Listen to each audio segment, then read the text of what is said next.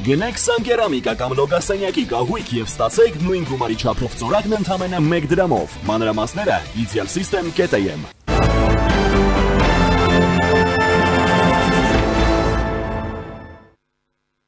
Մայրաթոր Սուրբ Էջմիածնում կաթողիկոսի նախագահությամբ սկսվել է Գերագույն հոգևոր խորհրդի հերթական ժողովը, որի օրակարգում ընդգրկված են հայրենական կյանքի մարտահրավերներին, հակաեկեղեցական արշավին, ապօրինաբար ազատազրկված եկեղեցականների ու հայորդիների նկատմամբ ընթացող իրավական գործընթացներին ու նրանց իրավունքներին պաշտպանությանը, Ադրբեջանում ապօրինաբար պահվող գերիների, Արցախի հոգևոր մշակութային ժառանգության ու ազգային ինքնության պահպանման եկեղեցու վարչական, կարգապահական խնդիրներին, ինչպես նաև նվիրապետական աթոռների ու թեմերի գործունեությանն առնչվող հարցեր։ Հիշեցնենք, որ այս տարվա հունիսի 2-ին Գերագույն հոգևոր խորհուրդը հանդես էր եկել հայտարարությամբ, թե Հայաստանի վարչապետը պետական այրին անհարիր բառապաշարով, վիրավորանքներով ու մեղադրանքներով հերթական արշավն է սկսել ընդդեմ հայաստանյաց առաքելական Սուրբ եկեղեցու օրենքից վեր դասելով իր անձը։ Հայհոյա խառնանվայել խոսույթներով հախուռն հրապարակումները զուրկ են բարեկրթության տարրական նորմերից, ոտնահարում են մարդու հիմնարար իրավունքները, կոպտորեն վիրավորում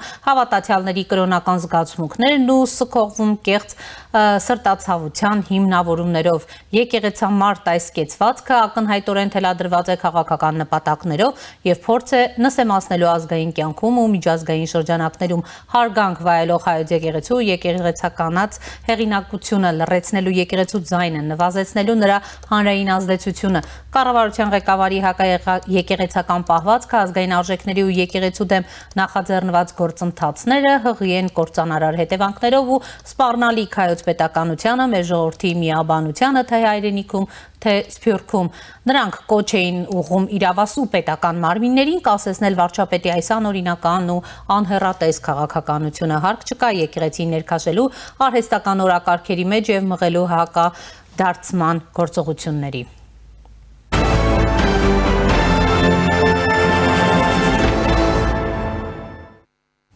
Նախորդին Տեր-Տարոն Քահանա Հունանյանը կանչվել է Մայրաթոր Սուրբ Էջմիածին, պարզաբանվել է, որ նա մասնակցել է Հովանավանքում Տեր Արամի մատուցած պատարագին։ Հանդիպումից հետո Հաղարծինի հոգևոր հովիվը հայտնել է, որ պահանջել են հանձնել հեռախոսը, ինքն էլ հրաժարվել է, որ այդ կազմով հանձնախումբը քննի իր ծառայողական ու անձնական հարցերը, նշել հանձնախումբը նախ պետք է քննի իր կարգապահական հայացքը։ Մայրաթորի նամակում մասնավորապես քահանային ուղված նշված էր, որ քահանան հրավիրվում է հանձնախմբի նիստին պարզաբանումներ ներկայացնելու իր ծառայության վայրն ինքնակամ լքելու, ինչպես նաև հոկտեմբերի 26-ին Հովանավանքում կարգալույց քահանայի կողմից արարողությանը մասնակցելու վերաբերյալ։ Ես այսօր եկա, որպեսզի մասնակցեմ կարգապահական հանձնախմբի քննարկմանը, ինձանից պահանջեցին հեռախոսը հանձնել, որը ես մերժեցի, որովհետև դա իմ անձնական տարածքն է։ Առաջարկեցի պարզապես անջատել հեռախոսը, սակայն նրանք պնդեցին, որ պետք է հանձնել։ Մինչ այդ պահանջը կատարելը ես հարցրի, արդյոք սենյակում ներկա անդամները քննելու են իմ հարցը, եւ երբ ստացա դրական պատասխան, հայտարարեցի, որ հրաժարվում եմ այս կազմով որևէ քննարկման մասնակցել։ Թող նախ այդ կազմի կարգապահական հարցերը քննարկեն, նոր անդրադառնան իմ անձին, ասել է Տեր Տարոն Քահանա Հունանյանը, հրաժարվելով անուններ նշել, թե ովքեր էին այն հոգևորականները, որոնք պետք է մասնակցեին իր հարցի քննարկմանը։ Նա հավելել է, որ մնացած հարցերի վերաբերյալ անհրաժեշտ է դիմել Մայրաթորի տեղեկատվական համակարգին։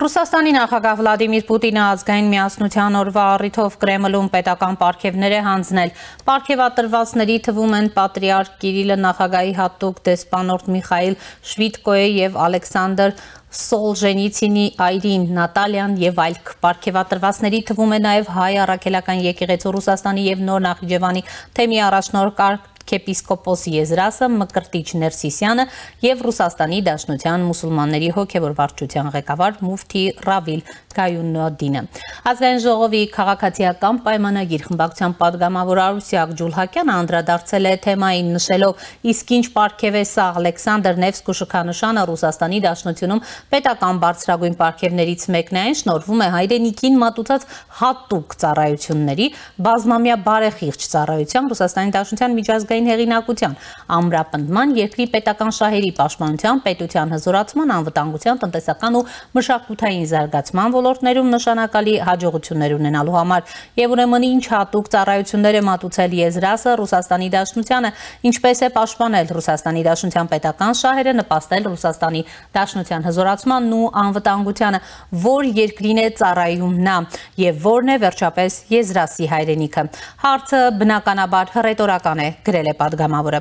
Իսկ հա Գյումրիի ժուրնալիստների ասպարեզ ակումբի ծրագրերի համակարգող Լևոն Բարսեղյանը անդրադառնալով այս շքանշանին նշել է, որ Եզրասին Կրեմլում ներկայացնում են որպես հայ առաքելական սուրբ ուղղափառ եկեղեցու հոգևորական,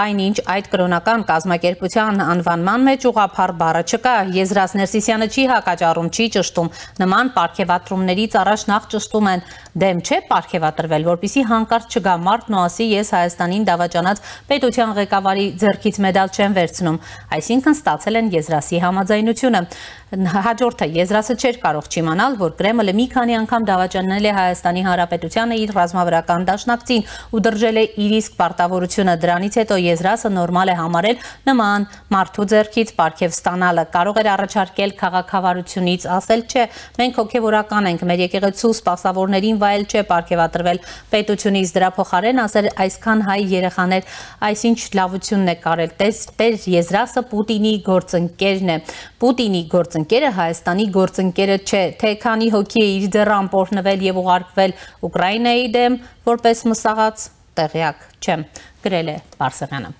Առաջինի տաղավարում զրուցելու եմ քաղաքական ինքնորոշման ակումբի նախագահ պլյուս 374 քաղաքական ինքնորոշման ակումբի նախագահ Գարեգին Միսկարյանի հետ։ Պարոն Միսկարյան, բարև ձեզ, շնորհակալ եմ հրավերն ընդունելու համար։ Բարև ձեզ, ես եմ շնորհակալ։ Պարոն Միսկարյան, տևական ժամանակ չենք զրուցել, այնինչ տեղի ունենում մեզ հետ եւ մեր շուրջ բավականին մտահոգիչ է։ Նախ անդրադառնանք գանք վերջից կաթողիկոսի եղբոր շքանշանով պարգևատրումից, ինչ է սա, ըստ էության որևէ առարկում չունի Եզրասը այս մրցանակի հետ կապված, մինչդեռ անգամ ձևակերպման մեջ տեսակ ինչպիսի բաց թողում ու սխալ կա։ Ձեր գնահատականը ինչի համար են տալիս նրան, Ռուսաստանի Դաշնությանը մատուցած հատուկ ծառայությունների համար։ Դե այդ պարգևի նկարագրության մեջ գրված է, որ դեպքերում է այդ պարգևը տրվում եւ դուք թվարկեցիք, մեջբերում արեցիք, չեմ հիշում ումից, բայց էական չի, այսինքն պետությանը, ռուսական պետությանը մատուցած հատուկ ծառայությունների դիմաց։ Բայց այստեղ ինձ թվում է մի թյուրըմբռնում կա։ Մենք տրվում ենք էմոցիաներին, մտածելով, որ Եզրասը, եթե հայ առաքելական եկեղեցու սպասավոր է, ուրեմն Հայաստանի շահեր պետք է սպասարկի, բայց ես կարծում եմ Եզրասը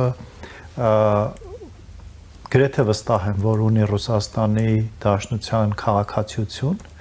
եւ որպես Ռուսաստանի Դաշնության, իսկ Ռուսաստանը համարում է իր քաղաքացիությունը առաջնային եւ որպես այդ պետության հավատարիմ ծառայող ինքը ստացել է այդ նվերը իր երկրի ղեկավարից։ Այստեղ ես կարծում եմ վրթովելու կարիք չկա։ Մենք Կանադայում ունենք հոգևորականներ, հա, որոնք Կանադայի քաղաքացի են օրինակ,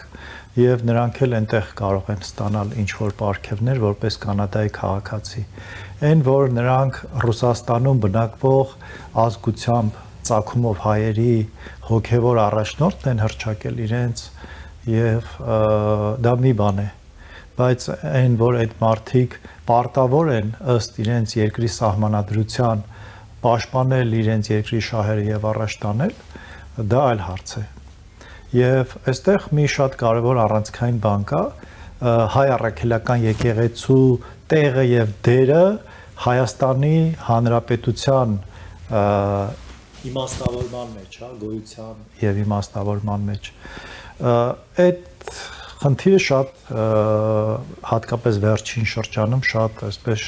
շփոթի ավերածվել, խառնվել է պետություն, եկեղեցի պետություն, հասարակություն, կառավարություն եւ այլն ու մեծ հաշվով ցավով եմ ասում, բայց պետականության իրական արժեքների, իրական պետականություն կառուցելու հետ կապ չունեցող պայքար է գնում իշխանության եւ ազդեցության համար։ Հիմա այդտեղ եզրասը մի եզրաս ավել, մի եզրաս պակաս, ես կարծում եմ այդքան մեծ եղանակ չի փոխում։ Պարոն Իսկարյան, ասում են մի ասեք եկեղեցի եւ կառավարություն, հակամարտություն բախում։ Սա այսպես վարչապետ, իշխանություն եւ որոշ հոգեվորականներ վեհապարի գլխավորությամբ։ Այդպես չի, կա պետական կառավարման համակարգ, որի ղեկավարը եւ որի որոշումների պատասխանատուն վարչապետն է եւ որը լծվել է որպես վարչապետ իր ամբողջ լծակները, եթե հիշում եք վերջում ինչ որ լուրեր տարածվել նախորդ անգամ երբ որ Հովանավանք էին գնացել, որ դժգոհել է վարչապետը, որ կառավարության անդամները Կիրակի օրը անց են կացրել իրենց հաճույքի համար, ոչ թե գնացել են եւ պայքարին միացել։ Բայց քիչ չէին, բավականին վերջինի ժամանակ քիչ չէին, դրանից առաջ քիչ էին։ Այդ կոչից հետո շատացել էին այդ հավատավոր կառավարության անդամները։ Այստեղ գնում է իշխանության համար պայքար։ Հայաստանի Հանրապետության տարածքում սեփական իշխանությունը հաստատելու պայքար է գնում եկեղեցու եւ Նիկոլ Փաշինյանի մեջ։ Ես ինչու չեմ ասում կառավարության որպես այդպեսին, որովհետեւ Նիկոլ Փաշինյանը իր իշխանությունը վերարտադրելու համար է դա անում։ Եթե դա ինքը աներ Հայաստանի Հանրապետության զարգացման, բարգավաճման եւ այլնի համար, մինչև եկեղեցուն հասնելը ահագին բան կա, այդ թվում նաև օրինակ դատական համակարգը, որ խոստացել էր բարեփոխել, բայց շրջափակելուց հետո էլ ոչինչ չարեց ու սկսեց իրեն լոյալ դատավորների նշանակել։ Սկսեց ուզուրպացնել մնացած ինստիտուտները, կենտրոնական ընտրական հանձնաժողովը, դատախազությունը եւ այլն սահմանադրության շրջանակներում, բայց այս սահմանադրությունը գրված է միանձնյա կառավարման համար եւ Նիկոլ Փաշինյանը դեմ չի Հայաստանի Հանրապետությունում միանձնյա կառավարում հաստատել, ավելի ճիշտ արդեն հաստատել է, դեմ չի շարունակել եւ այդ իշխանությունը պահելու համար արված քայլերից մեկն էլ եկեղեցին իր ազդեցության տակ բերելն է։ Այստեղ Նիկոլ Փաշինյանը ոչ հոգևոր, ոչ կրոնական, ոչ մի տեսակի այլ շահ չի հետապնդում, քան ունենալ լոյալ իրեն այն հոգևորականը, որ կարգալույծ արվել եւ իր պատվերով գնում եւ աղոթք է կարդում Հովանավանքում կամ պատարագ է մատուցում, որի իրավասությունը չունի, այսինքն ստացվում է, որ վարչապետը իր հեղինակությունը եւ իր ազդեցությունը օգտագործում է եկեղեցու մեջ խժդժությունների միջոցով հասնելու իր նպատակին։ Սա վատ բանի մասին է խոսում, իդեմս Նիկոլ Փաշինյանի եւ իր կառավարության։ Մյուս կողմից պետք է հասկանանք, որ ինչպես որ եզրասը, այնպես էլ Գարեգին բն ցավոք սրտի լավագույն կերպարները չեն, որոնք պետք է մեր եկեղեցուն առաջնորդեին։ Ես իրոք ցավով եմ ասում, որովհետև եկեղեցու դերը Հայաստանի չէ, հայ ժողովրդի պատմության, հայ ժողովրդի ինքնության պահպանման, շարունակականության ապահովման շատ բարձր է, շատ կարևոր տեղ ունի։ Իհարկե կան դրական երանգներ, կան բացասական երանգներ պատմական, բայց 1000-2000 տարվա պատմություն ունեցող ինստիտուտը չի կարող միայն դրական կողմեր ունենալ, ինչ որտեղ բացասականներն էլ կլինեն։ Բայց այն, որ հայ ժողովուրդը իր գոյության, իր ինքնության պահպանմամբ մեծապես պարտական է կամ այդտեղ պարտականի բան էլ չկա, էլի, այդ նախախնամությունը այդպես է դասավորվել, որ եկեղեցին դարձել է այն առանցքը, որին մի կողմից շահավետ է եղել հային հայ պահելը, մյուս կողմից հային հայ պահելու համար ինչ որ մի շահ պետք էր եւ ինչ որ մի ինստիտուտ պետք էր եւ դա եկեղեցին էր։ Այսինքն այստեղ երկրորդ կարծիք դժվար է ունենալ։ Հիմա ուրիշ մի գուցե ինչ որ մարդիկ լինեն ասեն, դե որ եկեղեցին չլիներ պետություն կունենայինք եւ այլն, այդ ենթադրություններ են։ Ունենք այն ինչ ունենք եւ դրա մեջ եկեղեցու դերը ուրանալ հնարավոր չի։ Բայց այն ինչ հիմա է կատարվում, սա պետական իշխանությունը սեփական շահերի համար օգտագործելու միտված եկեղեցու կողմից արվող քայլեր են։ Հոգևոր նորոգում ենք իրականացնում, վարչապետն է հայտարարում, պարոն Միսկարյան, հոգևոր նորոգում։ Վարչապետը կամ պետքա հոգեբանի մոտ գնա, որովհետև այդ առաքելությունը ոչ մեկը իրան սահմանադրությամբ չի տվել։ Կամ եթե իրոք այդպիսին է, թող մի նշան ցույց տա, որ Աստված իրան ասել է, լեռան վրա քարակթել, կարդացել է վրան, որ ինքը պետքա հայ ժողովրդին հոգևոր նորոգման տանի։ Թող ինքը նորմալ տնտեսությունը կառավարի, սահմանները անվտանգություն ապահովի, թող պետական պարտքը այսպես գրծրած չաճացնի, մենք իմանանք, որ հոգևոր նորոգման ենք գնում։ Թե չէ, այսպես միայն այնտեղ, որտեղ իր ընտրությունների համար ձեռնտու է, այդտեղ հոգևոր նորոգվել են, մնացած տեղեր կոռուպցիան զարգացնել, դա պետական մտածողություն ու մոտեցում չի, այդ ծաղր է։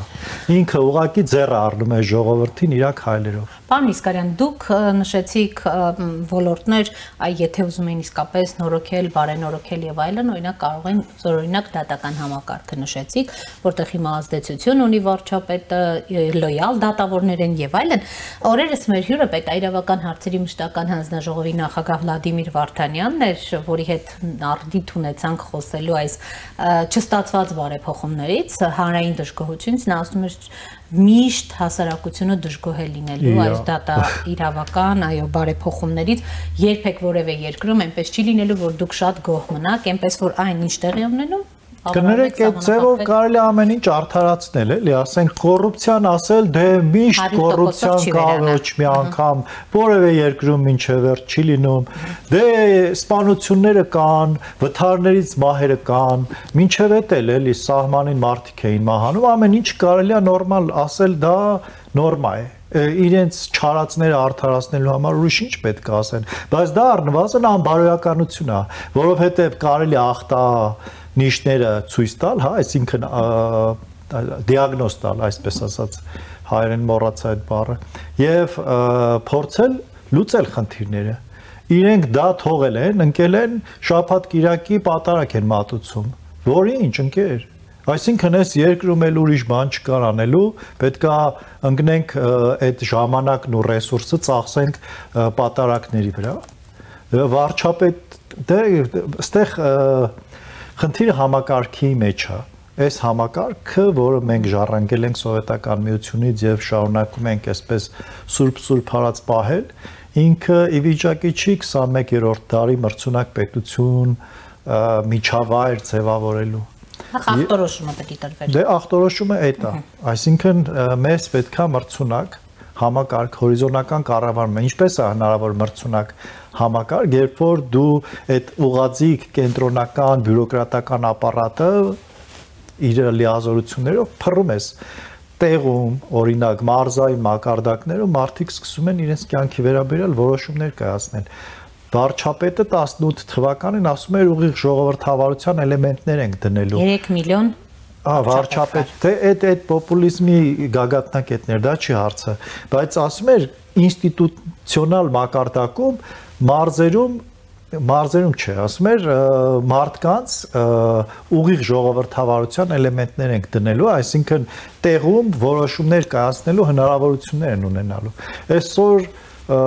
գոռում են, որ դպրոցներ են վերանորոգել, բայց ոչ մի համայնք ինքնուրույն իր դպրոցի կարգը, ձևը, բովանդակությունը, թեկուզ որոշակի թեթև սահմանափակումներով հնարավորություն չունի կազմակերպելու։ Կրթական բարեփոխումներ չեն արել, դատական բարեփոխումներ չեն արել, առողջապահության ոլորտում անտերություն է տիրում, բիզնեսի ոլորտում գնալով ավելի ու ավելի են վատացնում։ Ես հիմա չեմ ուզում տնտեսական այդ խնդիրների մասին խոսել, բայց 2 տարի առաջ անհամեմատ ավելի բարենպաստ պայմաններ էին բիզնեսի համար, քան այսօր։ Դա պետք անել է, աղոթքներով այդ հարց չի լուծվում։ Պարոն Միսկարյան, լավ, ի վերջո, ինչպիսի հանգուցալուծում եք այս բախմանը տեսնում, մասնավորապես տեսեք 2 անգամ Հովանավանքում, հիմա արդեն Թալինում, Սուրբ Աստվածածին եկեղեցում այս կիրակի կմասնակցի պատարակին, տեսնում ենք նաև մի քանի քահանաներ, որոնք փաստորեն Տարոն քահանա Հունանյանն էր կանչվել Մայրաթոռ, որովհետև մասնակցել էր Հովանավանքում, ինչպես իրենք էին ձևակերպել այդ կեղծ պատարագին, հիմա հետաքրքիր է օրինակ այս բախումը կհանգեցնի եկեղեցու ներսում էլ այսպես որոշակի պարզաջրման հոգևորականներ կլինեն, որոնք դուրս կգան օրինակ կաթողիկոսի սահմանած կանոններից, թե ոչ, որովհետև մեկնարկել է նաև Գերագույն հոգևոր խորհրդի այսպես ժողովը, որի օրակարգում նաև այս լարվածությունն է, ազգային ու եկեղեցական կյանքի հրատապ հարցեր են քննարկվելու։ 1700 տարվա ինստիտուտը այդպես դնել եւ մի քանի ամսում փորձել ախր ինքը բարենորոգման հարցել չկա դրած։ Այդ ընդամենը ասում են դու պետքա գնաս եւ պետքա գա մարդ, որը լոյալ է ինձ եւ դրանով ապահովելու է իր վերընտրվելու գործընթացը։ Այստեղ ոչ մի տեսակի այլ տրամաբանություն չկա։ Այդ նույն վարչապետը, որը նույն իր ասած KGB-ի կամ չգիտեմ ով էր իրենցից մեկն էր ասում, որ եկեղեցում օտար գործակալներ են։ Ինքը հայտարարեց, որ մինչև 21 թվականը ինքը գուբերնատոր էր, թե ինչ որ ծայրագավառի ղեկավար էր։ Այդ ժամանակ օքեյ էր ամեն ինչ, այդ ժամանակ եկեղեցին օտար գործակալներ չեն վխտում, այդ ժամանակ ինքը սուրբ չէր, հիմա հանկարծ 21-ին հրաժարական տվեց հենց նաև եկեղեցու կաթողիկոսի ոչ 21-ին հրաժարական տվեց, որտեղ ինքը լեգիտիմ նախագահ չէր եւ ինքը պարտվել էր եւ անհրաժեշտ էր այդ լեգիտիմությունը, որպեսզի ինքը միջազգային ատյաններում կարողանար Հայաստան ներկայացնել։ Ինքը իր քաղաքական կշիռը վերականգնելու համար է դա արել, ցավոք սրտի տեղի ունեցել են ինչ տեղի ունեցել, բոլոր դեպքերում սա միայն եւ միայն մեն իշխանության վերարտադրության համար է արվում եւ ստեղ էական չի եկեղեցին կգնա այդ ընդառաջ կգնա վարչապետին եւ կդնեն իր վարչապետի կողմից հարգված այսպես ասած հպատակներ, հա, ինքը ուզում է իր հպատակներին ունենա, Կրեմլի հպատակների փոխարեն իր հպատակներն ունենա։ Սա եկեղեցու հոգևոր վերանորոգման եւ առաջընթացի հետ ոչ մի կապ չունի։ Եվ ցավով եմ ասում, եթե դա ես էլ եմ ուզում եկեղեցին վերափոխվի, բայց եթե եկեղեցում էլ լինելու են ինչպես դատարաններում Նիկոլ Փաշինյանին հպատակներ, այդ նշանակում է, որ մենք առնվազն առաջիկա, քանի Նիկոլ Փաշինյանը ողջ է, Հայաստանում իշխանափոխություն ընտրական process-ներով չի կարող լինել։ Դա շատ վատ տեղ է տանելու եւ հետեւաբար ես դաղ չի ուզի, որ այս ձևով եւ այս մոտեցմամբ Գարեգին երկրորդը գնար, այս կուզեմ, որ ինքը իրան փոխարինեն ավելի հեղինակավոր մարդիկ, ես անձամբ իրեն չեմ ճանաչում, չեմ էլ ուզում ճանաչեմ, բայց այն խոսակցությունները, որ պատտվում են նրա անձի շուրջ, առնվազն հիմք են տալիս կարծելու, որ ինքը չի վայելում այն հեղինակությունը, որը անհրաժեշտ է եկեղեցու վարկը բարձրացնելու հասարակության մեջ վստահությունը վերականգնելու համար։ Դրա համար ես կուզեի, որ փոխվեր, բայց դա չպետք է լինի Նիկոլ Փաշինյանի պահանջով, պարտադրանքով եւ իր հպատակներին այնտեղ տեղավորելով։ Մյուս կողմից առաջիկա 26 թվականի ընտրություններին շատ կարևոր է, որպեսզի Նիկոլ Փաշինյանը կամ ավելի ճիշտ իր քաղաքական թիմը դառնան ընդդիմություն, առնվազն դառնան ընդդիմություն, բայց իշխանությունը չի կարող լինել նախկինների մեջ։ Հետևաբար պետքա ձևավորել անցումային կառավարություն, որը կկարողանա այն բարեփոխումները անել, այդ թվում նաև հատկապես սահմանադրական բարեփոխումները, սահմանադրական փոփոխությունները, որոնք հաջորդ իշխանություններին հնարավորություն չեն տա այդպես միանձնյա վարչապետ դառնալ եւ ամեն ինչը այդ թվում նաև եկեղեցին խառնել իրար։ Լավ, 26 թվականի ընտրություններից խոսք գնաց պարոն Միսկարյան, մենք տեսնում ենք արդեն որոշակի այսպես քաղաքական հայտեր, որոնք ներկայացվել են 26-ից առաջ, մեր ձևով, ձեր ձևով եւ այլն։ Պատկերը գիտեք, չներկայացնեմ, հիմնականում նախորդ իշխանության նաև ներկայացուցիչներն են, ներկայիս ընդդիմադիրները։ Դուք նշում եք, որ այս ամենը ինչ արվում է, մեն իշխանության ամրապնդման համար է արվում Փաշինյանի կողմից։ 26 թվականին ինչպիսի ընտրություն է ունենալու հասարակությունը, ի վերջո խաղաղություն, ոչ խաղաղություն, թեզն է իշխանությունը առաջ տանում։ Ինչպիսի օրակարգ պիտի ուրիշներն առաջարկեն, որ ձեր կանխատեսումները ուրեմն չիրականանան։ Ես կասեմ հետևյալը, որ ցավոք սրտի գործող քաղաքական դաշտում այլ դերակատարներ էական, շոշափելի, որոնք շանս ունեն այս պահի դրությամբ իշխանություն վերցնելու եւ Հայաստանը այդ ռուսական կամ նախկին ներկա սև ու սպիտակ այդ դիլեմայից հանելու եւ իրական փոփոխություններով պետականության հիմքը դնելու դեռ չեմ տեսնում, բայց մյուս կողմից տեսնում եմ դաշտում շատ նոր դեմքեր, նոր մարդիկ, մտահոգ, այդ թվում նաեւ իրենց ոլորտներում կայացած, ովքեր այլևս չեն կարողանում անտարբեր մնալ եւ շատ քիչ, այսպես ասած, կայծ է անհրաժեշտ այդ մարդկանց մտնելու քաղաքական գործընթացների մեջ հայտ ներկայացնելու եւ եթե դա ստացվի, այսինքն եթե այդ մարդիկ իրոք այդ քայլը անեն, ես հույս ունեմ, որ մենք կարճ ժամանակում կունենանք այդ այլընտրանքը եւ հասարակությունը ստիպված չի լինի նախկիններ ու ներկաների մեջ վատի եւ վատագույնի ընտրություն անել։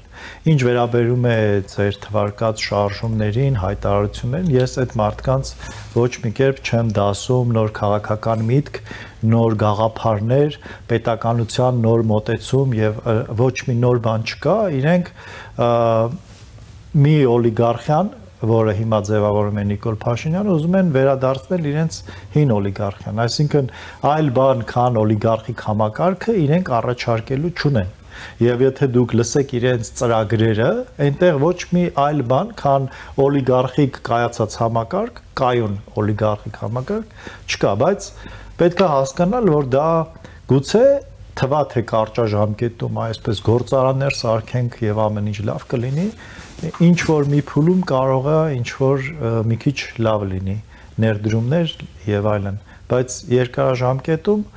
դա ձախողում է միանշանակ, որովհետեւ օլիգարխիկ համակարգը ունի իր անխուսափելի բացասական կողմերը, այդ թվում կոռուպցիան, հովանավորչությունը, անարդար մրցակցային պայմանները եւ դա բերում է դաշտի